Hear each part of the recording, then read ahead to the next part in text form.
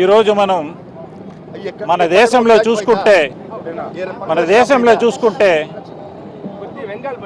BJP ప్రభుత్వము అధికారంలో వచ్చినప్పటి నుంచి భారతదేశంలో ఉన్న సుమారు 30 కోట్ల ముస్లిం మైనారిటీలను ఏదో విధంగా అణగదొక్కాలని ప్రయత్నము ముందు నుంచి చేస్తూనే ఉంది. అందులో భాగంగా ఆనాడు ఎన్ఆర్సీ అన్నారు, సిఏఏ అన్నారు. దాని తర్వాత ఇప్పుడు వక్ఫ్ అమెండ్మెంట్ యాక్ట్ను, ఈ నల్ల చట్టాన్ని తీసుకొచ్చారు. దీని వెనక ఉన్న పెద్ద కుట్ర ఏమంటే ముస్లిం మైనారిటీస్కున్న వక్ఫ్ బోర్డు కింద ఉన్న సుమారు 9,40,000 ఎకరాల వక్ఫ్ ఆస్తులను కాజేయాలని దురుద్దేశంతో, ముస్లింల దగ్గర నుండి కాజేయాలని దురుద్దేశంతో మరి బీజేపీ ప్రభుత్వము ఈ నల్ల చట్టాన్ని తీసుకొచ్చింది. ఇందుకు మద్దతుగా మన రాష్ట్రంలో చూసుకుంటే టీడీపీ ప్రభుత్వము, టీడీపీ జనసేన ప్రభుత్వమైన మన చంద్రబాబు నాయుడు గారి ప్రభుత్వము మరి ముస్లింలకు వ్యతిరేకంగా వక్ఫ్ అమెండ్మెంట్ యాక్ట్కు మద్దతు ఇస్తూ ముస్లింలకు వెన్నుపోటు పొడిచిన విషయం మనందరికీ తెలుసు. మరి ఈ విషయంగా భారతదేశంలో మొత్తము లక్షలాది మంది ముస్లింలు రోడ్లపైకి వచ్చి నిరసనలు, ధర్నాలు చేస్తున్నారు.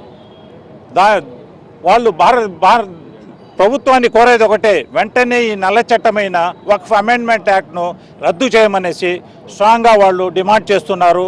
ఇందుకు సపోర్టుగా ముస్లింలు చేస్తున్న ఈ న్యాయ పోరాటానికి సపోర్టుగా, మద్దతుగా ఎన్నో రాజకీయ పార్టీలు, ఎస్సీ, ఎస్టీ, బీసీ, దళిత వర్గాలు మరియు ప్రజాస్వామ్యవాదులు ముస్లింలకు అండగా నిలబడి మరి వాళ్ళ మద్దతు కూడా ప్రకటించడం జరిగింది.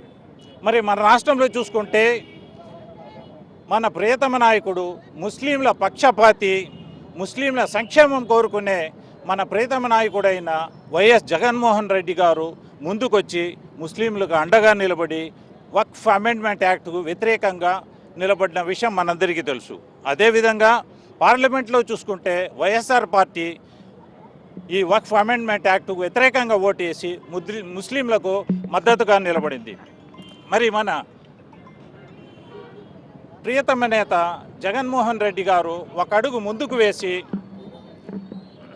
వైఎస్ఆర్సీపీ పార్టీ తరఫున వక్ఫ్ అమెండ్మెంట్ యాక్ట్కు వ్యతిరేకంగా సుప్రీంకోర్టులో కేసు వేసి న్యాయ పోరాటానికి కూడా సిద్ధపడ్డారు. కాబట్టి కష్టకాలంలో నేనున్నాను మీకు అంటూ ముందుకు వచ్చి ముస్లింలకు అండగా నిలబడి న్యాయ పోరాటం చేస్తున్న దమ్మున్న నాయకుడు మన వైఎస్ జగన్మోహన్ రెడ్డి గారు. కాబట్టి ఇటువంటి పరిస్థితుల్లో పట్టణంలో ముస్లిం సోదరులందరూ ఏకమై మరి మన జగన్మోహన్ రెడ్డి గారికి ధన్యవాదాలు తెలుపుకునే కార్యక్రమం ఈరోజు చేపడుతున్నాం.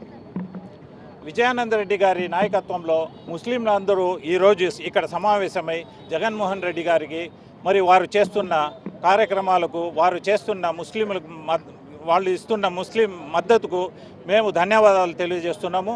అదేవిధంగా ఈ సందర్భంగా జగన్మోహన్ రెడ్డి గారికి ఒకటే చెప్తున్నాము, అన్న మీరు చూపిస్తున్న ఈ ఆదరణ, ఈ సహాయము ముస్లింలు ఎప్పటికీ మర్చిపోరు.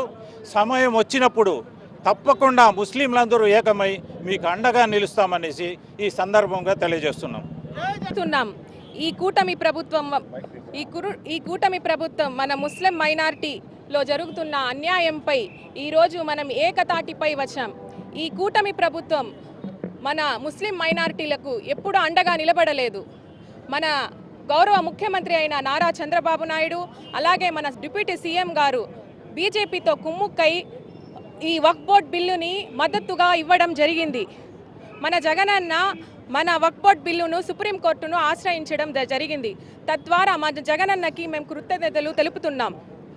ఈ వక్ఫ్ బోర్డ్ బిల్లు వల్ల మా మస్జీదులు కానీ, మా మద్రసలు కానీ, మా దర్గాలు కానీ, ఈవెన్ మా పూర్వీకుల సమాధులు కానీ మేము సందర్శించడానికి వీళ్ళ దగ్గర అనుమతులు తీసుకోవాలి. మేము ఫ్యూచర్లో మా పిల్లలకి ఏమని సమాధానం చెప్తాం? రేపు మేము సమాధి అవ్వాలంటే కూడా వీళ్ళ దగ్గర వెళ్ళి మేము పర్మిషన్ అడగాలా? అంటే మా వక్ఫ్ బోర్డు అది అల్లా ప్రాపర్టీస్, వీళ్ళ ప్రాపర్టీస్ కాదు. మా పూర్వీకులు దాన్ని అల్లాకి దానం ఇచ్చినారు. దీనిపై వీరి బీజేపీ వాళ్ళ కూటమి ప్రభుత్వం కన్నుపడి దీన్ని లాక్కోవాలని వీళ్ళు చూస్తున్నారు. మేము పోరాడతాం. మా ముస్లిం సమాజం మొత్తం, మా మైనారిటీ సమాజం, ముస్లిం సమాజం మొత్తం దీనిపై ఏకదాటిగా పోరాడుతాం, ఒకే దానిపై నిలబడతాం, పోరాడతాం. మేము దీన్ని సాధించుకుంటాం. మా జగనన్న సుప్రీంకోర్టులో దీనిపై అప్పీల్ వేయడం జరిగింది. థ్యాంక్స్ జగనన్న. మీకు మా ముస్లిం మైనారిటీ సమాజం తరపున మేమందరం మీకు కృతజ్ఞతలు తెలుపుకుంటున్నాం. జై జగనన్న. ఈ వక్ఫ్ బోర్డ్ బిల్ అనేది రాజ్యాంగ విరుద్ధం, చాలా వరకు రాజ్యాంగ విరుద్ధం. దీనిపై మా ముస్లిం సమాజం అందరం ఒకే ఏకదాటిపై కలిసి పోరాడతాం. దీన్ని మీరు బీజేపీ కూటమి ప్రభుత్వం వెనక్కి తీసుకోవాలని మా ముస్లిం సమాజం తరపున, మా మైనారిటీ ముస్లిం సమాజం తరపున మేమందరం కోరుతున్నాం. దయచేసి దీన్ని వెనక్కి తీసుకోండి. మా పిల్లలకు, మా భవిష్యత్తు తరాలకు మేమేమని సమాధానం చెప్తాం? దయచేసి ఈ బిల్లుని వెనక్కి తీసుకోండి, లేదంటే మా పోరాటాన్ని ఉధృతం చేస్తాం. జై జగనన్న. మరొకసారి మా జగనన్నకు మా ముస్లిం మైనార్టీ తరపున కృతజ్ఞతలు తెలుపుకుంటున్నాను.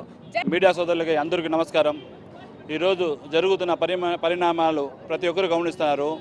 ఈ బీజేపీ గవర్నమెంట్కి మా పూర్వీకులు అల్లా పేరు మీద దానం చేస్తున్న ఆస్తులు కావాలి. ముస్లిమ్స్ అంటే వాళ్ళకి నచ్చరు, మా ఆస్తులు మాత్రం వాళ్ళకి కావాలి. నేను ఒకే ఒకటి ఈ చంద్రబాబు గారిని, ప్రభుత్వాన్ని ఒకే ఒక మాట అడుగుతున్నాను. చంద్రబాబు నాయుడు గారు ఈరోజు ఆ బిల్లుకు వ్యతిరేకంగా ఉంటే ఆ బిల్లు అమలు అయ్యేది కాదు. అదేవిధంగా చంద్రబాబు నాయుడు గారు ఎలక్షన్కి ముందు ఇచ్చిన మాట ఏమిటంటే ముస్లిం మీద ఈగ వాళ్ళని ఏమని అన్నారు. ఎలక్షన్ తర్వాత మా మీద గొడ్డలే వాళ్తున్నాయి. ఏం చేస్తున్నారు చంద్రబాబు నాయుడు గారు? మీకు సూటి ప్రశ్న. అదేవిధంగా మీ పార్టీలో మా ముస్లిమ్స్ నాయకులు లేదా, మా ముస్లిమ్స్ కార్యకర్తలు లేదా? మీరు మా కోసం, వాళ్ళ కోసం చేయాలి కదా. ఇప్పుడు చేయకపోతే ఇంకెప్పుడు చేస్తారు?